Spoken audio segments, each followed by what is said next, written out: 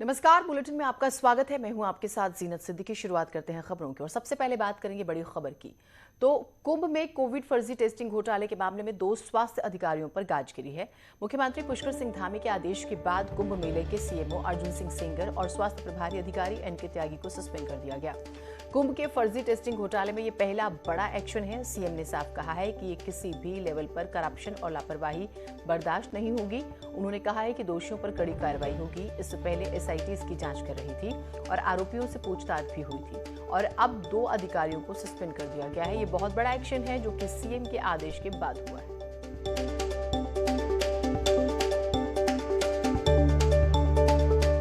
तो देखिए टेस्टिंग घोटाला किस तरह से हुआ। फर्जी आधार कार्ड, फर्जी नंबर्स इस्तेमाल हुए और किस तरह से सरकार से ज्यादा पैसे मिल सके, ये सोचकर कंपनियों ने कई लोगों के जो टेस्ट हैं वो कई बार दिखाए। नंबर्स के साथ जो है दरअसल गड़बड़ बहुत ज्यादा की गई, लापरवाही बड़े पैमाने पर हुई और ये काफी बड़ा घोटाला जिसने काफी विवाद खड़ा किया। और आपने देखा कि कुंभ में कोरोना के मामले किस तरह से बढ़े और अब इसमें जो है 2 अधिकारी सस्पेंड किए गए हैं, अर्जुन सिंह सेंगर, एनके त्यागी। दीपांकर हमारे साथ जुड़े हुए हैं। दीपांकर, ये पूरा स्कैम हमारे दर्शकों को एक बार बताइएगा और ये कार्रवाई कितनी अहम मानी जाए, क्योंकि लंबा वक्त इस पूरी प्रक्रिया में, इस कार्रवाई को करते करते भी बहुत लंबा वक्त खर्च हुआ है।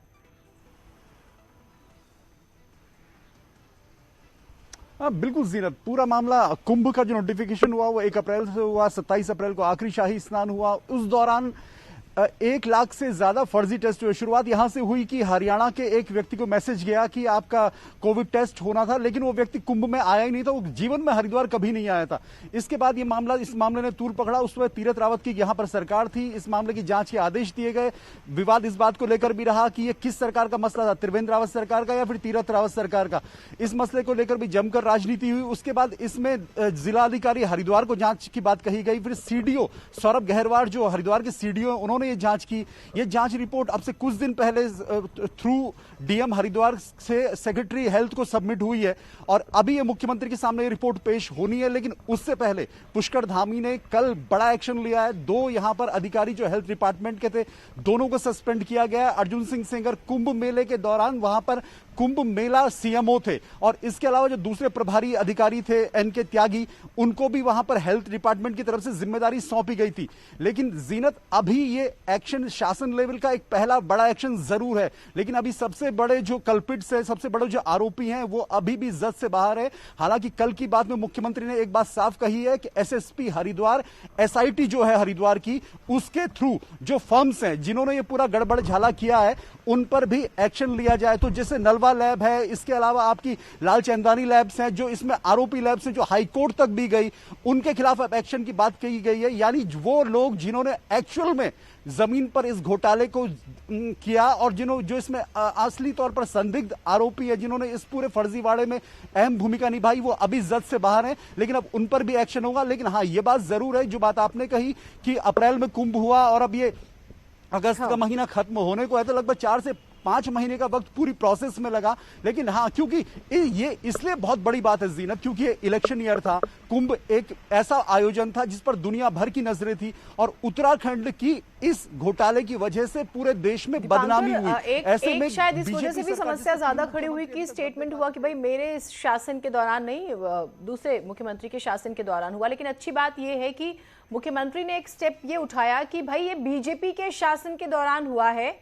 ये एक हमें कहें कि एक गंभीरता होती है और ये मामला बहुत बड़ा है। इलेक्शन ईयर का आपने जिक्र किया, बहुत ज्यादा इसका हमें कहें कि बैकफायर कर सकता है। उस लिहाज से इस चीज को भी समझा जा रहा है, जो जरूरी भी है। एटलीस्ट निष्पक्ष जांच जरूरी भी। आप ये इसमें पड़े रहे कि किस मुख्यमंत्री के शासन में हुआ, बेटर है कि बीजेपी के शासन में हुआ और इसको सुलझाया जाए।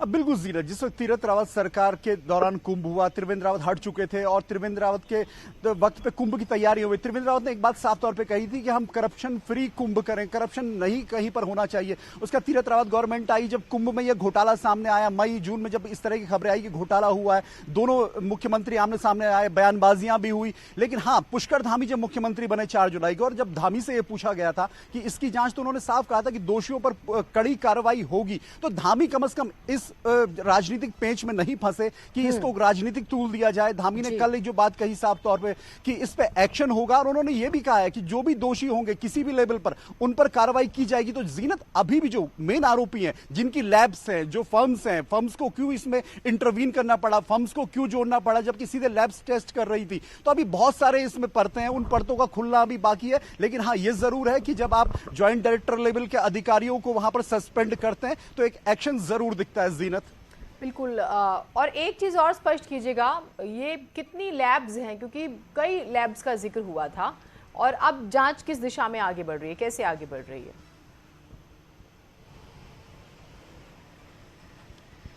जीनत, इसमें लगभग 24 लैब्स थी, जिसमें बाद में 22 लैब्स की बात आई। लेकिन इसमें जो खास तौर पे जिन लैब्स पे शिकंजा है वो लगभग 8 से 10 लैब्स ऐसी हैं जो पूरी तरह फर्जी लैब्स जिन्हें आप कह सकते हैं। उनके लिंक्स न सिर्फ उत्तराखंड में बल्कि हरियाणा तक जुड़े हुए हैं, उनके ऑफिसेस कहीं नहीं है। अब ऐसे मोबाइल नंबर्स की जांच हो रही है, लगभग 25,000 मोबाइल नंबर्स ऐसे हैं जिनका कोई एड्रेस नहीं है, यानी बल्क में कहीं से नंबर पिक किए गए और उन नंबर्स के पीछे कोई भी सोर्स नहीं था, यानी रिपोर्ट्स भी फर्जी रही, उसके अलावा मोबाइल नंबर फर्जी रहे, एड्रेसेस फर्जी हैं। और अगर 1 लाख का ये आंकड़ा जो शुरुआती दौर का है, अगर बाद में ये जांच और आगे बढ़ेगी तो ये नंबर कहां तक जाएगा, कितनी इसमें पेमेंट हुई, 3 करोड़ के आसपास की पेमेंट का मसला है, क्या पेमेंट इससे भी ज्यादा हुई है। यानी जो बातें कल आरोप पत्र में कही गई है, जिस आरोप लगाए गए इन दोनों अधिकारियों पे, इन पे एक तो फर्म से सांठगांठ का आरोप, दूसरा अनुशासनहीनता और तीसरा राज्य के पैसे को नुकसान पहुंचाना। ठीक, बहुत शुक्रिया आपका तमाम जानकारियों के लिए। तो राज्य के दरअसल पैसों को नुकसान पहुंचाने के लिए ही ये पूरा स्कैंडल सामने आया, लेकिन अब इन्वेस्टिगेशन आगे बढ़ रही है। देहरादून से खबर आ रही है, मॉनसून सत्र का 5वां दिन, विधानसभा सत्र का 5वां दिन, जिसका हम जिक्र करें। दोपहर 1 बजे कैबिनेट बैठक होगी विधानसभा में, सीएम ऑफिस में ये बैठक होनी है। कई अहम प्रस्तावों पर मुहर लग सकती है। उत्तराखंड विधानसभा के मॉनसून सत्र की हम बात कर रहे हैं। आज 5वां दिन है।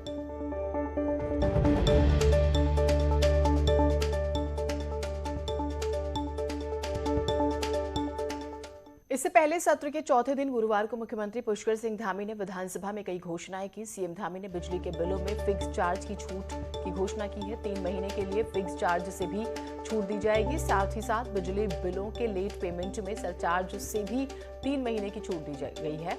वहीं ट्रांसपोर्ट डिपार्टमेंट में सेवा दे रहे 6 महीने की सेवायान का जिक्र हो रहा है। सेवायान कर में 6 महीने की छूट। रजिस्ट्रेशन प्रमाण पत्र, फिटनेस परमिट, ड्राइविंग लाइसेंस के रिन्यू के लिए लेट फीस पर 6 महीने की छूट है। शहरी विकास विभाग के अंतर्गत पर्यावरण मित्रों को 2,000 रुपए की प्रोत्साहन राशि 5 महीने तक दी जाएगी। पीएम स्वनिधि में रजिस्टर्ड सभी लाभार्थियों को 5 महीने तक 2-2 हजार रुपए की आर्थिक सहायता दी जाएगी। जल और सीवर उपभोक्ताओं को 31 दिसंबर 2021 तक बचा हुआ भुगतान करने पर लेट फीस माफ करने की घोषणा की गई है। साथ ही साथ बड़ी घोषणा की है कि आशा वर्कर्स को 1-1 टैबलेट दिया जाएगा।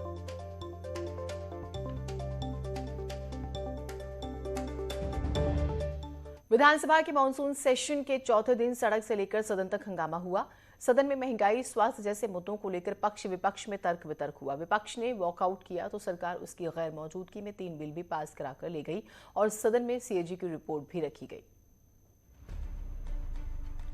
सत्र के चौथे दिन नेता प्रतिपक्ष प्रीतम सिंह समेत कांग्रेस के विधायक साइकिल से विधानसभा पहुंचे।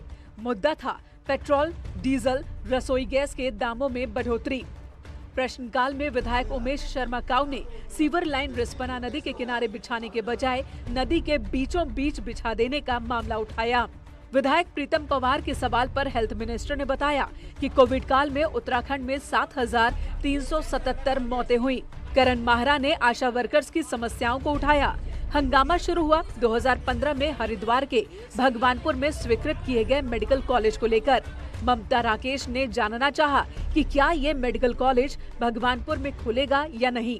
सरकार के जवाब से असंतुष्ट विपक्ष हंगामे के साथ वेल में आया तो सदन की कार्यवाही स्थगित कर दी गई। कि भगवानपुर में जो बाबा साहब भीमराव अंबेडकर के नाम से मेडिकल कॉलेज खोला गया है, सरकार उसको बनाने में जो है कदम पीछे खींचने का काम कर रही है। इसलिए कांग्रेस के तमाम साथियों को इसके परिप्रेक्ष्य में जो है वेल में जाना पड़ा, सदन स्थगित हुआ है और हम आपके बीच में। इस मेडिकल कॉलेज का नाम बाबा साहब डॉक्टर भीमराव अंबेडकर जी के नाम पर स्वर्गीय सुरेंद्र राकेश जी ने स्वीकृत कराया था। ये स्वर्गीय सुरेंद्र राकेश जी का अपमान है, स्वर्गीय प्रकाश पंत जी का अपमान है, ये बाबा साहब डॉक्टर भीमराव अंबेडकर जी का अपमान है। और जहाँ तक सवाल है, सुरेंद्र राकेश जी सुरक्षित सीट से आते थे और उन्होंने इस मेडिकल कॉलेज को स्वीकृत कराया था। जिला पौड़ी आ जाइए, कोटद्वार में मेडिकल कॉलेज हरक सिंह रावत जी बनवा रहे हैं और श्रीनगर में मेडिकल कॉलेज पहले से है। तो पौड़ी जिले में अगर 2 मेडिकल कॉलेज हो सकते हैं तो हरिद्वार में 2 मेडिकल कॉलेज क्यों नहीं हो सकते? हेल्थ मिनिस्टर का कहना था कि हरिद्वार में जल्द ही केंद्र की मदद से मेडिकल कॉलेज का शिलान्यास किया जाएगा और जो भगवानपुर के लिए 2014-15 में समाज कल्याण विभाग के तहत मेडिकल कॉलेज की घोषणा हुई थी, उसका कोई आधार नहीं था। हरिद्वार मेडिकल कॉलेज के लिए लगभग 550 करोड़ रुपए हमारी सरकार खर्च करेगी और 75 करोड़ रुपए हमने उसके लिए अवमुक्त करा दिए हैं। उसकी DPR बन गई है, उसकी टेंडर प्रक्रिया शुरू हो गई है और अक्टूबर तक हम उसका भूमि पूजन और जो है पूरी प्रक्रिया शुरू कर देंगे। सदन में प्रदेश के स्लम एरियाज को 2024 तक अतिक्रमण हटाने की कार्यवाही से मुक्त रखने समेत 3 विधेयक भी पास किए गए। जब ये विधेयक पास हो रहे थे तब विपक्ष वॉकआउट पर था और सरकार ने विपक्ष की गैर मौजूदगी में बिना चर्चा के ही तीनों विधेयकों को पास करा लिया। न्यूज 18 के लिए देहरादून से सुनील नौप्रभात की रिपोर्ट। देहरादून से बड़ी खबर आ रही है। प्रोफेशनल एजुकेशन प्रोग्राम का शुभारंभ हुआ। सीएम धामी जो है सुबह 10 बजे ये शुभारंभ कार्यक्रम है। 200 स्कूलों में ये कार्यक्रम शुरू होगा। नवोदय रायपुर से जो है इसकी शुरुआत की जा रही है। तो प्रोफेशनल एजुकेशन प्रोग्राम्स की हम बात करें और हम आज के अगर समय दिन में देखें तो इसकी सबसे ज़्यादा ज़रूरत है प्रोफेशनल प्रोग्राम्स की। तो जो है ये इसकी शुरुआत होगी। मुख्यमंत्री 200 स्कूल्स से जो है इस कार्यक्रम की शुरुआत, 200 स्कूलों में ये कार्यक्रम शुरू होगा। राज्यसभा सांसद और बीजेपी के राष्ट्रीय मीडिया प्रभारी अनिल बलूनी ने केंद्रीय नागरिक उड्डयन मंत्री ज्योतिरादित्य सिंधिया से मुलाकात की। उत्तराखंड में हवाई यातायात को और ज्यादा विस्तार देने पर बात हुई है। इस दौरान ये बातचीत काफी सकारात्मक रही। अनिल बलूनी ने इससे पहले पूर्व नागरिक उड्डयन मंत्री हरदीप पुरी से भी मुलाकात की थी और पिथौरागढ़ एयरपोर्ट से नियमित उड़ान की मांग की थी, जिस पर काफी अच्छा रिस्पांस रहा था और सितंबर से पिथौरागढ़ में नियमित उड़ान शुरू होने की बात कही गई। और अब सितंबर से पहले एक बार फिर से बलूनी केंद्रीय मंत्री से मिले हैं, जिसके बाद उम्मीद की जा रही है कि सितंबर के महीने में पिथौरागढ़ की नैनी सैनी एयरपोर्ट से नियमित उड़ान शुरू होगी। न सिर्फ देहरादून बल्कि दिल्ली और पंतनगर के लिए भी पिथौरागढ़ से उड़ान शुरू होने जा रही है और बलूनी की मुलाकात के बाद उड़ान की उम्मीदें बढ़ गई हैं।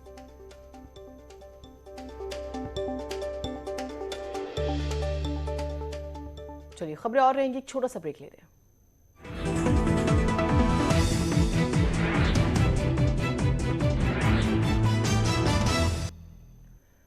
अब बात बारिश की और बर्बादी की करें तो पिथौरागढ़ के बलुआ कोट में भारी लैंडस्लाइड हुआ है। जोशी गांव में हुए लैंडस्लाइड की चपेट में एक महिला भी आई। घटना की सूचना मिलने पर STRF की टीम ने सर्च ऑपरेशन शुरू किया है। फिलहाल महिला का कुछ भी पता नहीं चल रहा है। भारी लैंडस्लाइड के कारण 13 घरों पर खतरा मंडरा रहा है। बीते रोज से बलुआ कोट में भारी बारिश जारी है।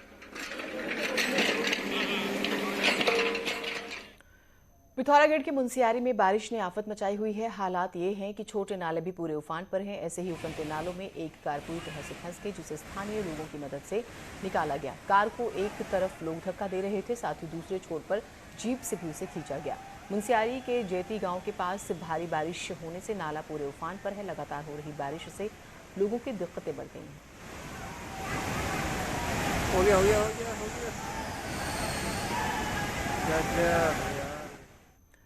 पिथौरागढ़ के धारचूला में भारी बारिश से लोगों की दिक्कतें बढ़ गई है। यहाँ तवाघाट रोड पर भारी लैंडस्लाइड के कारण चाइना बॉर्डर को जोड़ने वाली रोड पूरी तरह से बंद है।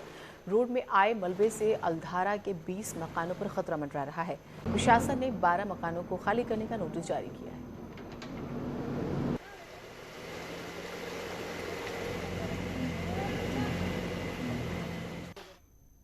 और इसी के साथ इस बुलेटिन में इतना ही, लेकिन नजर डाल लेते हैं इस वक्त की हेडलाइंस पर। प्रेजेंटेड बाय बेल कोलू, कच्ची घनी सरसों का तेल।